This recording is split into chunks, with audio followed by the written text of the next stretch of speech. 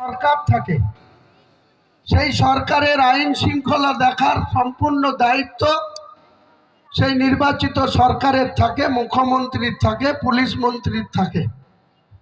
আমাদের রাজ্যের মাননীয় মুখ্যমন্ত্রী নিজে মুখ্যমন্ত্রী, পুলিশ মন্ত্রী, ভূমি রাজস্ব মন্ত্রী, স্বাস্থ্যমন্ত্রী, পরিকল্পনা উন্নয়ন মন্ত্রী, মাইনরিটি মন্ত্রী, 6টা দপ্তরের দায়িত্ব তিনি একা সামলান।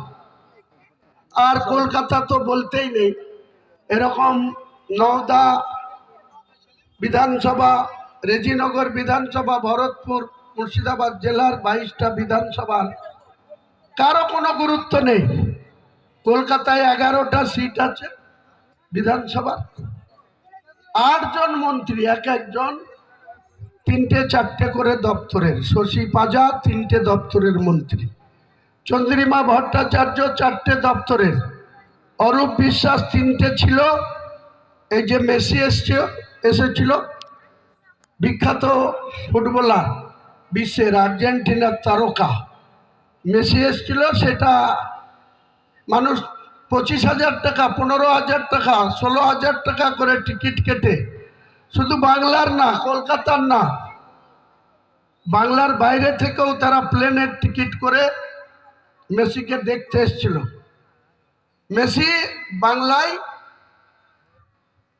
মানুষ ওই স্টেডিয়ামে প্রবেশ করে 27 মিনিট মাত্র ছিল, যার 2.5 ঘন্টা থাকার কথা বিশৃঙ্খলার চোটে আর মুখ্যমন্ত্রীর পরিবারের সদস্যদের আর অরূপ বিশ্বাস ক্রীড়ামন্ত্রী তাদের পরিবারের সদস্যদের নিয়ে 27 মিনিট ব্যস্ত থাকলেন।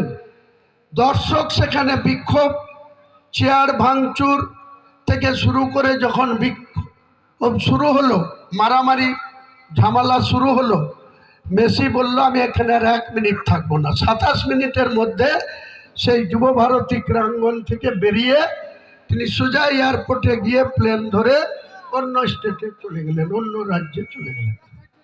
এই দায় কার? মমতা বন্দ্যোপাধ্যায়ের প্রিয় ভাজন অরূপ বিশ্বাসের।